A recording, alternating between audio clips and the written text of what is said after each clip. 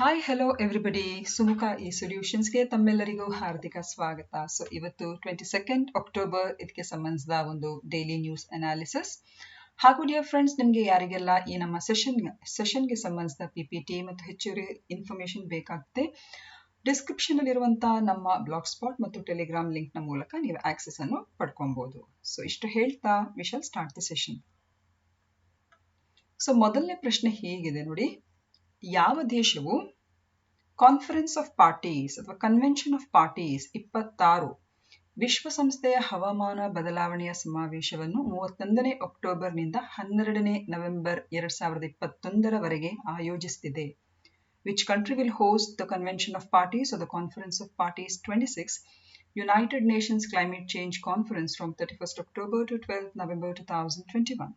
So here the right answer is option C, that is United Kingdom. So United ಕಿಂಗ್ಡಮ್ನ Glasgow ಅಲ್ಲಿ ಈ ಒಂದು ವಿಶೇಷವಾದಂತಹ ಒಂದು ಸಮಾವೇಶವು ಹಮ್ಮಿಕೊಳ್ಳಲಿಕ್ಕಿದೆ. ಸೊ ಏನಿದು COP26 ಅಂತ ಹೇಳಿ ಫಸ್ಟ್ ಅಂಡ್ ಫಾರ್ಮೋಸ್ಟ್ ನಾವು ಅದನ್ನು ತಿಳಿಯುವಂತ ಪ್ರಯತ್ನ ಮಾಡುವ. ಸೊ ಈ ಒಂದು ಸಮಾವೇಶಕ್ಕೆ ನೀವು ಇಲ್ಲಿ ಗಮನಿಸುವ ಹಾಗೆ ಗ್ಲಾಸ್ಗೋ ಅಲ್ಲಿ ನಡೆಯುವಂತ ಈ ಒಂದು ಸಮಾವೇಶಕ್ಕೆ ನಮ್ಮ ಪ್ರೈಮ್ ಮಿನಿಸ್ಟರ್ ನರೇಂದ್ರ ಮೋದಿ ಅವರು ಅದನ್ನು ಅಟೆಂಡ್ ಮಾಡ್ಲಿಕ್ಕಿದ್ದಾರೆ. ಸೊ ವಿಶ್ವಸಂಸ್ಥೆಯ ಹವಾಮಾನ ಬದಲಾವಣೆ ಚೌಕಟ್ಟಿನ ಸಮಾವೇಶ ಅಂತ ಹೇಳುವಂಥದ್ದು, ಇದಕ್ಕೆ ಕನ್ನಡದಲ್ಲಿ United Nations climate change conference ಅಂತ ಹೇಳುವಂಥದ್ದು. ಸೊ ಈಗ ನಡೆಯುವಂತ ಒಂದು COP ಅಥವಾ ಕನ್ವೆನ್ಷನ್ ಆಫ್ ಪಾರ್ಟೀಸ್ ಅಥವಾ ಕಾನ್ಫರೆನ್ಸ್ ಆಫ್ ಪಾರ್ಟೀಸ್ ಅಂತ ಹೇಳುವಂತ ಈ ಸಭೆ ಇದೆಯಲ್ಲ, ಆ ಸಭೆ 26ನೇ ಸಭೆ. ಸೊ ಭಾರತವು ಕೂಡ ಆ ಸಭೆಗೆ ಹಾಜರಾಗ್ಲಿಕ್ಕಿದೆ ಅಂತ ಹೇಳುವಂತ ಒಂದು ಕನ್ಫರ್ಮೇಶನ್ ಅನ್ನು ಈಗಾಗಲೇ ಆ ಸಭೆಗೆ ತಿಳಿಸಿದೆ. ಸೊ ಈ UNFCCC ಬಗ್ಗೆ ಸ್ವಲ್ಪ ತಿಳಿಯುವಂತ ಪ್ರಯತ್ನ ಮಾಡುವ. ಆಗ್ಲೇ ಹೇಳಿದಾಗೆ ಇದು ವಿಶ್ವಸಂಸ್ಥೆಯ ಹವಾಮಾನ ಬದಲಾವಣೆ ಚೌಕಟ್ಟಿಗೆ ಸಂಬಂಧಿಸಿದ ಒಂದು ಸಮಾವೇಶ. ಇದು 1994ರಲ್ಲಿ ರೂಪುಗೊಂಡಂತ ಒಂದು ಸಮಾವೇಶ. ಪ್ರಮುಖವಾಗಿ ವಾತಾವರಣದಲ್ಲಿರುವಂತಹ ಹಸಿರು ಮನೆ ಅನಿಲ ಸಾಂದ್ರತೆಯ ಸ್ಥಿರೀಕರಣದ ಕಡೆಗೆ ಕೆಲಸ ಮಾಡುವ ಉದ್ದೇಶದೊಂದಿಗೆ ಇದನ್ನು ಸ್ಥಾಪಿಸಲಾಯಿತು. ಈಗ ಈ UNFCC ಅಂತ ಇದೆಯಲ್ಲ, ಇದರ ಪ್ರಮುಖವಾದಂತಹ ಒಂದು ಎಪೆಕ್ಸ್ ಡಿಸಿಷನ್ ಮೇಕಿಂಗ್ ಬಾಡಿ ಅಂದ್ರೆ ಕಾನ್ಫರೆನ್ಸ್ ಆಫ್ ಪಾರ್ಟೀಸ್ ಅಂದ್ರೆ ಮಹಾಸಭೆ ಅಂತ ಹೇಳುವಂತ ಆ ಅರ್ಥದಲ್ಲಿ. ಉದಾಹರಣೆಗೆ ಹೇಗೆ ಅಂತ ಹೇಳಿದ್ರೆ, ಈಗ ವಿಶ್ವವಿದ್ಯಾನಿಲಯಗಳಲ್ಲಿ ಸಿಂಡಿಕೇಟ್ ಸಭೆ ಅಂತ ಹೇಳಿದ್ರೆ ಅಥವಾ ಸಿಂಡಿಕೇಟ್ ಸಭೆ ಅಂದ್ರೆ ಎಷ್ಟು ಒಂದು ಪ್ರಾಮುಖ್ಯತೆಯನ್ನು ಪಡ್ಕೊಂಡಿದೆ ಡಿಸಿಷನ್ ಮೇಕಿಂಗ್ ಸಂಬಂಧಿಸಿದಾಗೆ ನಾನು ಎಕ್ಸಾಂಪಲ್ ಕೊಡೋದು. ಅದೇ ರೀತಿ ಈ UNFCC ಅಂತ ಹೇಳುವಂತ ಈ ಒಂದು ಕನ್ವೆನ್ಷನ್ ಫ್ರೇಮ್ವರ್ಕ್ ಕನ್ವೆನ್ಷನ್ ಅಲ್ಲಿ ಈ ಕಾನ್ಫರೆನ್ಸ್ ಆಫ್ ಪಾರ್ಟೀಸ್ ಅಂತ ಹೇಳುವಂತ ಈ ಸಭೆ ಇದೆಯಲ್ಲ, ಅದು ತುಂಬಾನೇ ನಿರ್ಣಾಯಕವಾಗಿರುವಂತ ಒಂದು ಪಾತ್ರವನ್ನು, ನಿರ್ಣಾಯಕ ಕ್ರಮಗಳನ್ನು ಇದು ಹೆಚ್ಚಾಗಿ ತೆಗೆದುಕೊಳ್ಳುವಂತ ಒಂದು ಮಹತ್ತರವಾದಂತ ಒಂದು ಸಭೆ ಇದು. ಅದಕ್ಕೆ COP ಅಂತ ಹೇಳುವಂಥದ್ದು, ಪಕ್ಷಗಳ ಸಮ್ಮೇಳನ ಅಂತ ಹೇಳುವಂಥದ್ದು. ಸೊ ಈ ಸಮ್ಮೇಳನದಲ್ಲಿ UNFCC ಅತ್ಯುನ್ನತ ನಿರ್ಧಾರ ತೆಗೆದುಕೊಳ್ಳುವಂತಹ ಒಂದು ಪ್ರಾಧಿಕಾರವಾಗಿದೆ. ಯಾವುದು? ಈ ಕನ್ವೆನ್ಷನ್ ಆಫ್ ಪಾರ್ಟೀಸ್ ಅಥವಾ ಕಾನ್ಫರೆನ್ಸ್ ಆಫ್ ಪಾರ್ಟೀಸ್. 1995ರಿಂದ ಆಗ್ಲೇ ಹೇಳಿದಾಗೆ 1994 ಇಂದ ಇದು ಫಾರ್ಮೇಶನ್ ಆಗಿದೆ. 1995ರಿಂದ ಈ ಪಕ್ಷಗಳ ಸಮ್ಮೇಳನವು ವಾರ್ಷಿಕವಾಗಿ ನಡ್ಕೊಂಡು ಬರ್ತಾ ಇದೆ. COP1, COP2, COP3 ಆ ರೀತಿ. ಸೊ ಇವಾಗ ನಡೆಯುವಂತ ಕಾನ್ಫರೆನ್ಸ್ ಆಫ್ ಪಾರ್ಟೀಸ್ ಇದೆಯಲ್ಲ, ಇದು 26ನೇ conference of parties and it is related to United Nations climate change framework convention. ಈಗ ಈ ಒಂದು ಸ್ಲೈಡ್ ಅಲ್ಲಿ ನಾವು ಮಹತ್ತರವಾದಂತ ಕೆಲವೆಲ್ಲ ಒಂದು COPಗಳ ಒಂದು ಸಂಖ್ಯೆ ಅಂದ್ರೆ ಕಾನ್ಫರೆನ್ಸ್ ಆಫ್ ಪಾರ್ಟೀಸ್ ಅಂದ್ರೆ ಆ ಸಭೆಗಳ ಸಂಖ್ಯೆ, ಮತ್ತು ಭಾರತದಲ್ಲಿ COP ಇದೆಯಲ್ಲ, COP8 ಭಾರತದಲ್ಲಿ ನಡೆದಿರುವಂತದ್ದು ಕಾನ್ಫರೆನ್ಸ್ ಆಫ್ ಪಾರ್ಟೀಸ್. ಇದು 2002ರಲ್ಲಿ ನಡೆದಿರುವಂತದ್ದು ನವದೆಹಲಿಯಲ್ಲಿ. ಫಸ್ಟ್ ಕನ್ವೆನ್ಷನ್ ಆಫ್ ಪಾರ್ಟೀಸ್ ಅಥವಾ ಕಾನ್ಫರೆನ್ಸ್ ಆಫ್ ಪಾರ್ಟೀಸ್ 1994ರಲ್ಲಿ ಜರುಗಿದು, ಅದು ಬರ್ಲಿನ್ ಜರ್ಮನಿಯಲ್ಲಿ ನಡೆದಿರುವಂತದ್ದು. ಈಗ 2021ನಲ್ಲಿ ನಡೆದಿರುವಂತದ್ದು COP26, ಅದು ಗ್ಲಾಸ್ಗೋ UK ಅಲ್ಲಿ ನಡೀಲಿಕ್ಕಿರುವಂಥದ್ದು. ಅದಕ್ಕೆ ನಮ್ಮ ಪ್ರಧಾನಮಂತ್ರಿಯವರದನ್ನು ಅದರಲ್ಲಿ ಭಾಗವಹಿಸಲಿಕ್ಕಿದ್ದಾರೆ. ಆದರೆ 2020ರಲ್ಲಿ ಕೋವಿಡ್ ಇಂದಾಗಿ COP meeting was not held. So this is for your kind information. So ಪರೀಕ್ಷೆಗೆ ಹೀಗೆಲ್ಲ ಕೇಳಬಹುದು, UNFCCಗೆ ಸಂಬಂಧಿಸಿದ COP ಎಷ್ಟನೇ COP ಸಮ್ಮೇಳನವು ನಮ್ಮ ಭಾರತ ದೇಶದಲ್ಲಿ ನಡೆಯಿತು? So here the answer will be COP8. ಯಾವ ವರ್ಷದಲ್ಲಿ ನಡೆಯಿತು? It is 2002. ಎಲ್ಲಿ ನಡೆಯಿತು ಅಂತ ಹೇಳಿದ್ರೆ ನವದೆಹಲಿಯಲ್ಲಿ. ಈಗ ಎರಡನೇ ಪ್ರಶ್ನೆ, ಭಾರತದ ಸಂವಿಧಾನದ ಯಾವ ತಿದ್ದುಪಡಿಯು 10% ಆರ್ಥಿಕವಾಗಿ ದುರ್ಬಲ ವರ್ಗದವರಿಗೆ ಮೀಸಲಾತಿಯನ್ನು ಪರಿಚಯಿಸಿತು. ಸೊ ಈ ಬಗ್ಗೆ ನಮ್ಮ ಹಿಂದಿನ ಸಂಚಿಕೆಯಲ್ಲಿ ಈಗಾಗಲೇ ಇದರ ಬಗ್ಗೆ ನಾವು ತುಂಬಾ ಡೀಟೇಲ್ಡ್ ಆಗಿ ಡಿಸ್ಕಷನ್ ಮಾಡಿದ್ದೇವೆ. ಸೊ ಇದಕ್ಕೆ ಕರೆಕ್ಟ್ ಉತ್ತರ ಯಾವುದು ಅಂತ ಹೇಳಿದ್ರೆ 103ನೇ ತಿದ್ದುಪಡಿ ಕಾಯ್ದೆ, 103 ಅಮೆಂಡ್ಮೆಂಟ್ ಆಕ್ಟ್. ಸೊ ಈ ವಿಷಯ ಇವತ್ತಿನ ಒಂದು ಪ್ರಶ್ನೆಯಲ್ಲಿ ಯಾಕೆ ಉದ್ಭವ ಆಗಿದೆ ಅಂತ ಹೇಳಿದ್ರೆ, ಸೊ ನಮ್ಮ ಸಂವಿಧಾನದ 103 ಅಂದ್ರೆ 103ನೇ ಈ ತಿದ್ದುಪಡಿ ಕಾಯ್ದೆ ಏನಿದೆ, ಇಟ್ ಈಸ್ ಆಫ್ 2019. ಸೊ ಈ ಕಾಯ್ದೆ ಇದೆಯಲ್ಲ 10% ಇಕನಾಮಿಕಲಿ ವೀಕರ್ ಸೆಕ್ಷನ್ಸ್ ಕೋಟಾ ಅಂತ ಹೇಳುವಂತಹ ಕೋಟಾವನ್ನದು ಇಂಟ್ರೊಡ್ಯೂಸ್ ಮಾಡಿತು. ಆರ್ಥಿಕವಾಗಿ ದುರ್ಬಲವಾಗುವಂತ ಒಂದು ಸಮೂಹದವರಿಗಿರುವಂತಹ ಒಂದು ಕೋಟಾ ಅಂತ ಹೇಳ್ಬಿಟ್ಟು. ಸೊ ಈ ಒಂದು ತಿದ್ದುಪಡಿಯನ್ನು ಸುಪ್ರೀಂ ಕೋರ್ಟ್ ಚಾಲೆಂಜ್ ಮಾಡಿದೆ. ಈ 103 ಅಮೆಂಡ್ಮೆಂಟ್ ಅನ್ನು ಚಾಲೆಂಜ್ ಮಾಡಿದೆ. ಯಾತಕ್ಕೋಸ್ಕರ ಚಾಲೆಂಜ್ ಮಾಡಿದೆ ಅಂತ ಹೇಳಿದ್ರೆ, ಕೇವಲ ಈ 8 ಲಕ್ಷಕ್ಕಿಂತ ಕಡಿಮೆ ಆದಾಯ ಇರುವಂತವರು ಈ EWS ಕೋಟಾಕ್ಕೆ ಬರ್ಲಿಕ್ಕೆ ಕೇವಲ ಆರ್ಥಿಕ ಮಾನದಂಡವನ್ನು ನೀವು ಅನುಸರಿಸಿದ್ದೀರಾ, ಅಥವಾ ಅದಕ್ಕೆ ಸಂಬಂಧಿಸಿದ ಒಂದು ಜನಸಂಖ್ಯಾ ಅಥವಾ ಸಾಮಾಜಿಕ ಆರ್ಥಿಕ ಶೈಕ್ಷಣಿಕ ನಿಟ್ಟಿನ ಒಂದು ಸಮೀಕ್ಷೆಗಳನ್ನೆಲ್ಲ ಕೈಗೊಂಡಿದ್ದೀರಾ? ಸೊ ಈ ನಿಟ್ಟಿನಲ್ಲಿ ಹಲವಾರು ಪ್ರಶ್ನೆಗಳನ್ನು ಈ EWS ಕೋಟಾ ಮೇಲೆ ನಮ್ಮ ಸುಪ್ರೀಂ ಕೋರ್ಟ್ ಹಾಕಿದೆ. So this is for your extra information. ಈಗ 3ನೇ ಪ್ರಶ್ನೆ, this can be asked for the examinations. ಇದನ್ನು ಪರೀಕ್ಷೆಗೆ ಕೇಳುವಂತ ಚಾನ್ಸಸ್ಗಳೆಲ್ಲ ಇದೆ. Who is the head of the committee formed to formulate the Karnataka Youth Policy 2021? Karnataka ಯುವ ನೀತಿ 2021 ರೂಪಿಸಲು ರಚಿಸಲಾದ ಸಮಿತಿಯ ಮುಖ್ಯಸ್ಥರು ಯಾರು? So here the right answer is option B, that is R. Balasubramaniam. Okay, so ಯಾರು ಇವರು ಆರ್ ಬಾಲಸುಬ್ರಹ್ಮಣ್ಯಂ ಅಂತ ಹೇಳಿದ್ರೆ? ಸೊ ಬೇಸಿಕಲಿ ಇವರು ಆರ್ ಬಾಲಸುಬ್ರಹ್ಮಣ್ಯಂ ಅಂತ ಹೇಳಿದ್ರೆ, he is a founder of Swami Vivekananda youth movement. Swami Vivekananda ಯುವ ಚಳುವಳಿಯ ಇವರು ಸ್ಥಾಪಕರು. ಹಾಗೂ ಇದರ ಮೂಲಕ ಬಹಳಷ್ಟು ಯುವಕರಿಗೆ ಬೇಕಾಗುವಂತಹ ಸಂಘಟನಾತ್ಮಕ ಮತ್ತು ಒಂದು ರೀತಿಯ ಸಬಲೀಕರಣ ಕಾರ್ಯಕ್ರಮಗಳನ್ನೆಲ್ಲ ಇದರ ಮೂಲಕ ಮಾಡ್ತೊಳ್ತಾ ಇದ್ದಾರೆ. ಸೊ ಕರ್ನಾಟಕ ರಾಜ್ಯ ಸರ್ಕಾರವು ಈ ಆರ್ ಬಾಲಸುಬ್ರಹ್ಮಣ್ಯಂ ಅವರ ನೇತೃತ್ವದಲ್ಲಿ ಕರ್ನಾಟಕ ಯುವ ನೀತಿ 2021 ರೂಪಿಸಲು 13 ಸದಸ್ಯರ ತಜ್ಞರ ಸಮಿತಿಯೊಂದನ್ನು ಅದು ರಚಿಸಿದೆ. ಓಕೆ, ಸೊ ಇದನ್ನು sports and youth affairs minister KC Narayan Gowda ಅವರು ಅದನ್ನು ಹೇಳಿದ್ದಾರೆ, ಅಂದ್ರೆ ಆ ಪ್ರಕಟಣೆಯಲ್ಲಿ ತಿಳಿಸಿದ್ದಾರೆ. ಸೊ ಕರ್ನಾಟಕಕ್ಕೆ ಹೋಲಿಸಿದ್ರ ಈ ಯುವ ನೀತಿ ಇದೆಯಲ್ಲ 2012ರಲ್ಲೇ ಅದರ ಫಾರ್ಮೇಶನ್ ಆಗಿದೆ.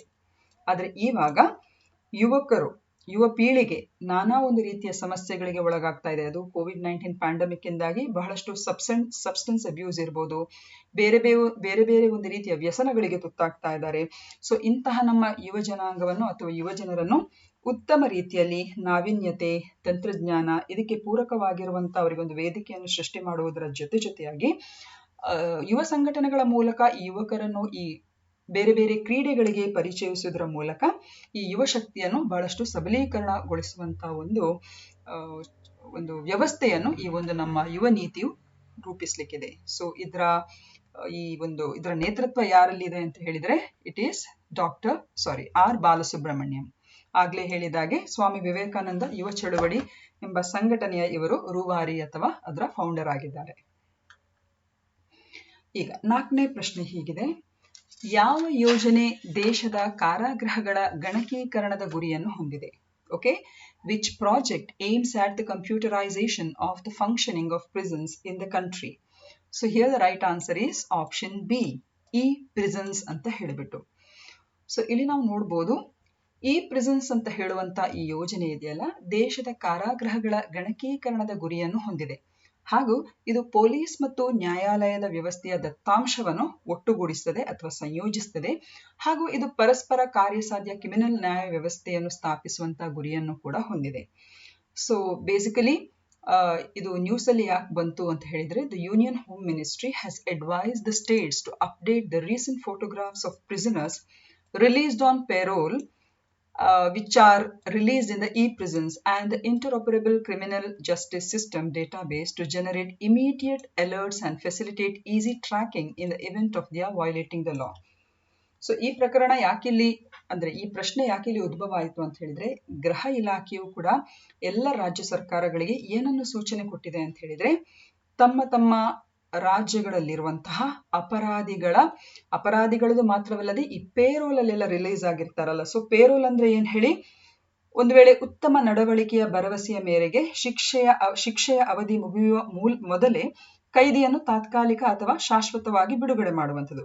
So it is basically the temporary or a permanent release of a prisoner before the expiry of a sentence on the promise of a good behaviour. So ಅಂತ ಯಾರು ಪ್ರಿಸನರ್ಸ್ ಅನ್ನು ಈ ಪೇರೋಲ್ ಮೂಲಕ ರಿಲೀಸ್ ಮಾಡಿದ್ದಾರೆ, so ಇವರೆಲ್ಲರದು ಒಂದು photos ಅನ್ನು ಈ prisons portal ನ ಮೂಲಕ ಅಪ್ಗ್ರೇಡ್ ಮಾಡಬೇಕು ಅಥವಾ ಅಪ್ಡೇಟ್ ಮಾಡಬೇಕು ಅವರ ಡೇಟಾಬೇಸ್ ಅನ್ನು. ಸೊ ಯಾವುದೇ ಸಂದರ್ಭದಲ್ಲಿ ಅಲರ್ಟ್ ಅಥವಾ ಅವರ ವಿಷಯಗಳನ್ನು ಈಸಿಯಾಗಿ ಟ್ರ್ಯಾಕ್ ಮಾಡಲಿಕ್ಕೆ ಇದು ಸಹಕಾರಿ ಆಗ್ತದೆ.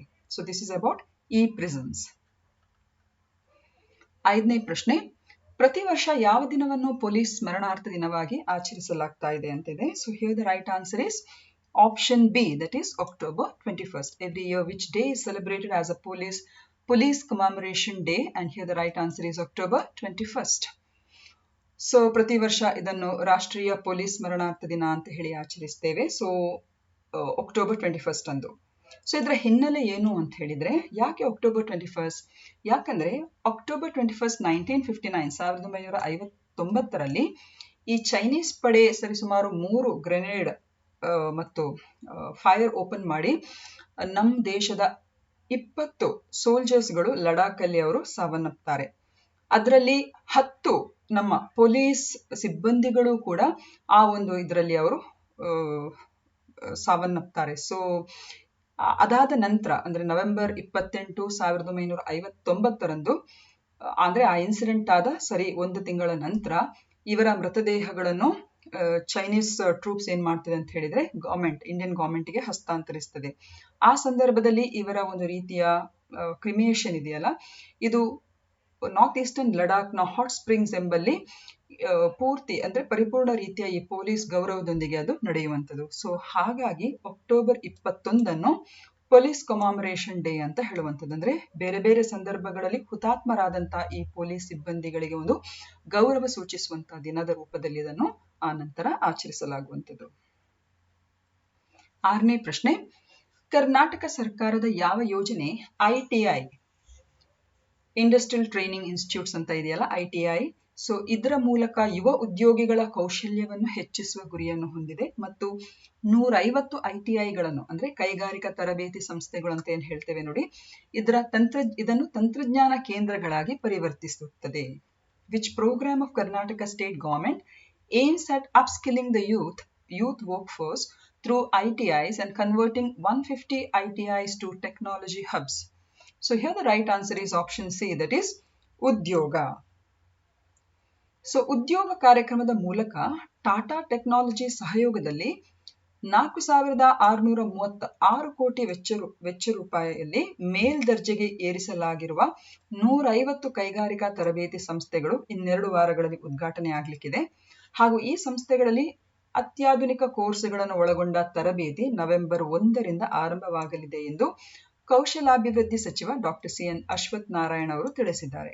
ಅದಲ್ಲದೆ ಒಟ್ಟು 4,636 ಕೋಟಿ ಯೋಜನಾ ವೆಚ್ಚದ ಪೈಕಿ ಕರ್ನಾಟಕ ಸರ್ಕಾರ 12% ಹಾಗೂ ಟಾಟಾ ಟೆಕ್ನಾಲಜೀಸ್ 88% ಅನ್ನು ಭರಿಸುತ್ತಿದೆ. ತಾಂತ್ರಿಕ ಉನ್ನತೀಕರಣಕ್ಕಾಗಿ ಆಧುನಿಕ CNC ಹಾಗೇನೆ CNC ಯಂತ್ರಗಳು, ಲೇಸರ್ ಕಟ್ಟಿಂಗ್ ಯಂತ್ರ, ಆಡಿಟಿವ್ ಮ್ಯಾನುಫ್ಯಾಕ್ಚರಿಂಗ್, 3D ಪ್ರಿಂಟಿಂಗ್ ಮೆಷಿನ್, ಕೈಗಾರಿಕಾ ರೋಬೋಟ್, ವಿನೂತನ ತಂತ್ರಾಂಶಗಳು, ಈ ಎಲ್ಲ ITIಗಳಿಗೆ ಅದು ಸೇರ್ಪಡೆಯಾಗಲಿದೆ. ಸೊ ಇಲ್ಲಿ ನಾವು ನೋಡ್ಕೊಬಹುದು, ಒಂದು ITIಗಳನ್ನು ಅಪ್ಸ್ಕಿಲಿಂಗ್ ಮಾಡುವಂಥದ್ದು ಅಥವಾ ಅಪ್ಗ್ರೇಡ್ ಮಾಡುವಂಥದ್ದು, ಹಾಗೂ ಇರುವಂತಹ 150 ITIಗಳನ್ನು ಕೂಡ ಒಂದು ಉತ್ತಮ ರೀತಿಯ ಟೆಕ್ನಾಲಜಿ ಹಬ್ಸ್ ರೀತಿಯಲ್ಲಿ ಅದನ್ನು ಕನ್ವರ್ಟ್ ಮಾಡಿಕೊಳ್ಳುವಂಥದ್ದು. ಸೊ ಈ ಯೋಜನೆ ಯಾವುದು ಅಂತ ಹೇಳಿದ್ರೆ ಉದ್ಯೋಗ ಅಂತ ಹೇಳುವಂತ ಒಂದು ಯೋಜನೆ ಅಡಿಯಲ್ಲಿ. Please remember this. ಓಕೆ. 7ನೇ ಪ್ರಶ್ನೆ, ಗೋವಾದಲ್ಲಿ ನಡೆಯುವ 52ನೇ ಅಂತಾರಾಷ್ಟ್ರೀಯ ಚಲನಚಿತ್ರೋತ್ಸವದಲ್ಲಿ ಸತ್ಯಜಿತ್ ರೇ ಜೀವಮಾನ ಸಾಧನೆ ಪ್ರಶಸ್ತಿಯನ್ನು ಯಾರಿಗೆ ನೀಡಲಾಗುತ್ತದೆ? Who will be awarded the Satyajit Ray Lifetime Achievement Award at the 52nd International Film Festival of India in Goa? So here the right answer is option A. Istvan ಶ್ವಾಬೋ ಮತ್ತು ಮಾರ್ಟಿನ್ ಸ್ಕಾರ್ಸೆ ಅಂತ ಹೇಳಿಬಿಟ್ಟು ಹೆಸರು ಒಂದ್ ಸ್ವಲ್ಪ ಕಷ್ಟ ಆಗ್ತದೆ ಹೇಳಲಿಕ್ಕೆ. ಸೊ ಇಸ್ವಾನ್ ಸ್ವಾಬೋ ಮತ್ತು ಮಾರ್ಟಿನ್ ಸ್ಕಾರ್ಸೆ ಅಂತ ಹೇಳಿಬಿಟ್ಟು. ಸೊ ಇವರು ಯಾರು? ಸೊ ಇವರ ಹೆಸರು ಎಷ್ಟು ಮಂದಿ ಕೇಳಿದಿರಾ ಇಲ್ವಾ ಗೊತ್ತಿಲ್ಲ, but let us see who it is. So union minister for information and broadcasting Shri Anurag Thakur ಅವರು ಈ ಇಬ್ಬರ ಹೆಸರನ್ನು ಘೋಷಣೆ ಮಾಡಿದ್ದಾರೆ. ಅಂದ್ರೆ ಗೋವಾದಲ್ಲಿ ನಡೆಯಲಿಕ್ಕಿರುವಂತಹ 52ನೇ ಅಂತಾರಾಷ್ಟ್ರೀಯ ಒಂದು ಚಲನಚಿತ್ರ ಮಹೋತ್ಸವದಲ್ಲಿ ಈ ಸತ್ಯಜಿತ್ ರೇ ಲೈಫ್ ಟೈಮ್ ಅಚೀವ್ಮೆಂಟ್ ಅವಾರ್ಡ್ ಅಥವಾ ಸತ್ಯಜಿತ್ ರೇ ಜೀವಮಾನ ಸಾಧನಾ ಪ್ರಶಸ್ತಿ. ಸೊ ಸತ್ಯಜಿತ್ ರೇ ಬಗ್ಗೆ ಎಲ್ಲರಿಗೂ ನಿಮಗೆ ಗೊತ್ತಿರಬಹುದು. ಬಂಗಾಳಿ ಫಿಲ್ಮ್ ಇಂಡಸ್ಟ್ರಿಯ ಒಂದು ಹೆಸರಾಂತ ನಿರ್ದೇಶಕರು ಅಂತ ನಾವು ಹೇಳ್ಬೋದು. ಸೊ ಅವರ ಹೆಸರಿನಲ್ಲಿರುವಂತಹ ಈ ಜೀವಮಾನ ಸಾಧನೆ ಪ್ರಶಸ್ತಿಯನ್ನು ಶ್ರೀ ಇಸ್ವಾನ್ ಸ್ವಾಬ್ಜೋ ಮತ್ತು ಶ್ರೀ ಮಾರ್ಟಿನ್ ಸ್ಕಾರ್ಸೆ ಅವರಿಗೆ ನೀಡಲಾಗ್ತಾ ಇದೆ ಅಂತ ಹೇಳಿ ಕೇಂದ್ರ ಮಾಹಿತಿ ಮತ್ತು ಪ್ರಸಾರ ಖಾತೆ ಸಚಿವ ಶ್ರೀ ಅನುರಾಗ್ ಠಾಕೂರ್ ಅವರು ಘೋಷಿಸಿದ್ದಾರೆ. ಸೊ ಬೇಸಿಕಲಿ ಈ ಇಸ್ವಾನ್ ಸ್ವಾಬೋ ಅಂತ ಇದ್ದಾರಲ್ಲ, ಸೊ ಇವರ ಬಗ್ಗೆ ಹೇಳುವುದಂತ ಹೇಳಿದ್ರೆ ಇವರು ಹಂಗೇರಿಯನ್ ಫಿಲ್ಮ್ ಡೈರೆಕ್ಟರ್ಸ್ ಗಳಲ್ಲಿ ಬಹಳಷ್ಟು ಪ್ರಸಿದ್ಧರಿವರು. ಹಾಗೂ ಮೆಫಿಸೋ, ಫಾದರ್ ಅಂತ ಹೇಳುವಂತ ಖ್ಯಾತ ಚಲನಚಿತ್ರಗಳನ್ನು ಅವರು ನಿರ್ದೇಶಿಸಿದ್ದಾರೆ. ಅದೇ ರೀತಿ ಮಾರ್ಟಿನ್ ಸ್ಕಾರ್ಸೆ ಇವರ ಬಗ್ಗೆ ಹೆಚ್ಚಿನವರು ತಿಳಿದಿರಬಹುದು. ಹಾಲಿವುಡ್ ಮೂವೀಸ್ ಅಥವಾ ಇಂಗ್ಲಿಷ್ ಮೂವೀಸ್ ನೋಡುವವರು ಖಂಡಿತವಾಗಿ, ಅಮೆರಿಕನ್ ಮೂವೀಸ್ ನೋಡುವವರಿಗೆ ಖಂಡಿತ ಇವರದ್ದು ಪರಿಚಯ ಇರಬಹುದು ಅಥವಾ ಕೇಳಿರಬಹುದು ಇವರ ಹೆಸರು. So he is also one of the major figures of the new Hollywood era. And ಇವರ ಕೆಲವೆಲ್ಲ ಹೆಸರಾಂತ ಮೂವೀಸ್ ಅಂತ ಹೇಳಿದ್ರೆ aviator, the departed, shutter island. So ಇವೆಲ್ಲ ಇವರು ನಿರ್ದೇಶಿಸಿದಂತ ಬಹಳಷ್ಟು ಚಿತ್ರಗಳನ್ನು ಅವರು ನಿರ್ದೇಶಿಸಿದ್ದಾರೆ.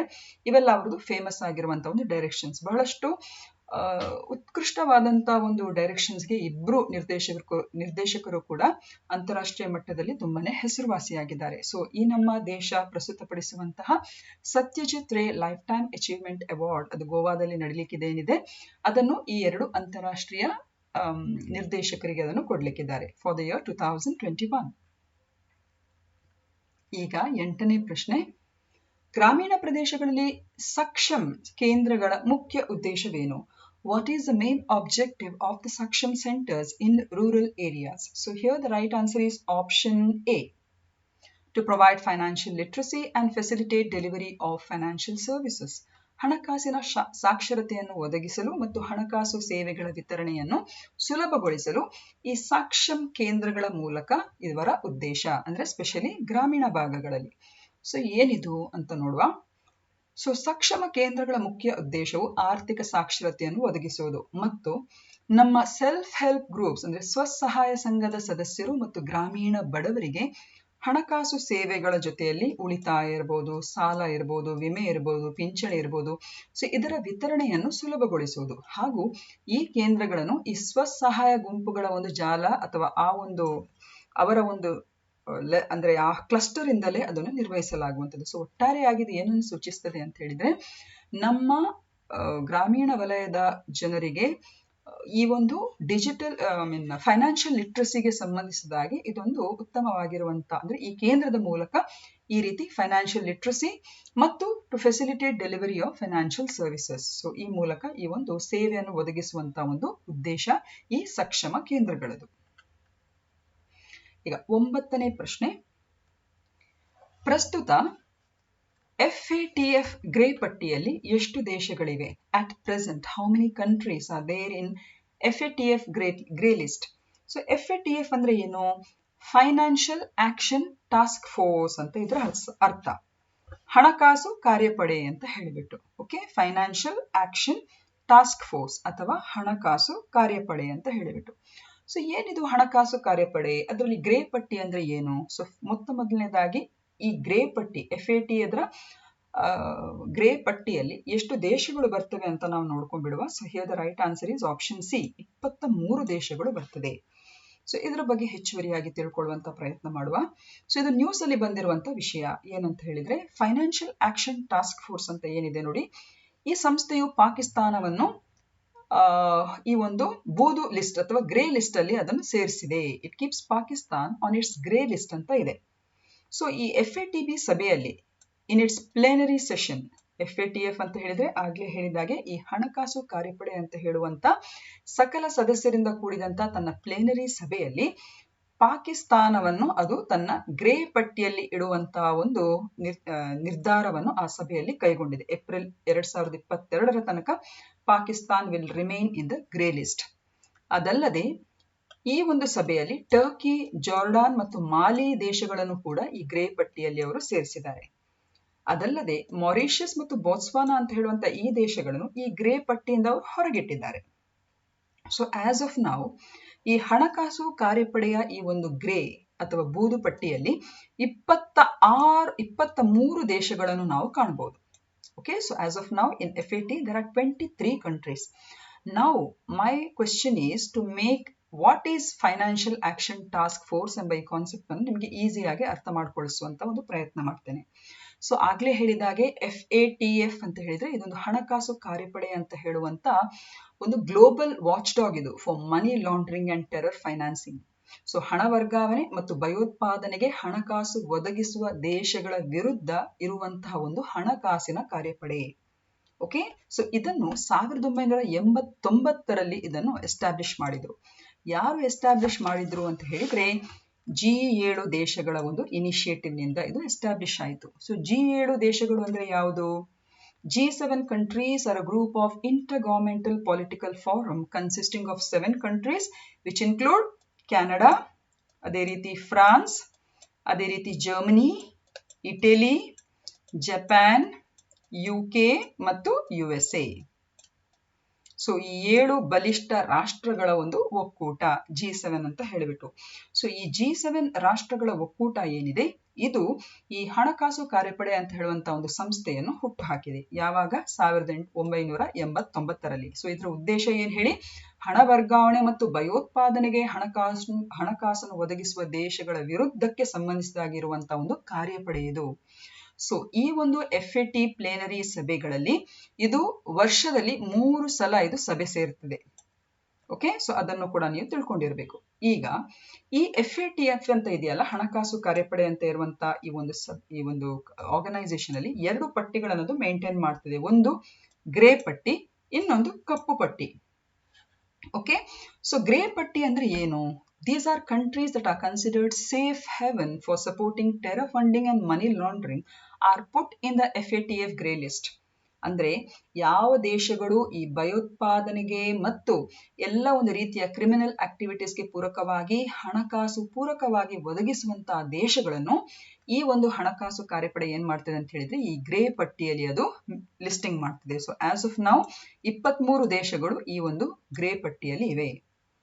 ಬ್ಲಾಕ್ ಲಿಸ್ಟ್ ಅಂತ ಹೇಳಿದ್ರೆ countries known as non-cooperative countries or territories are put in the black list and these countries support terror funding and money laundering activities.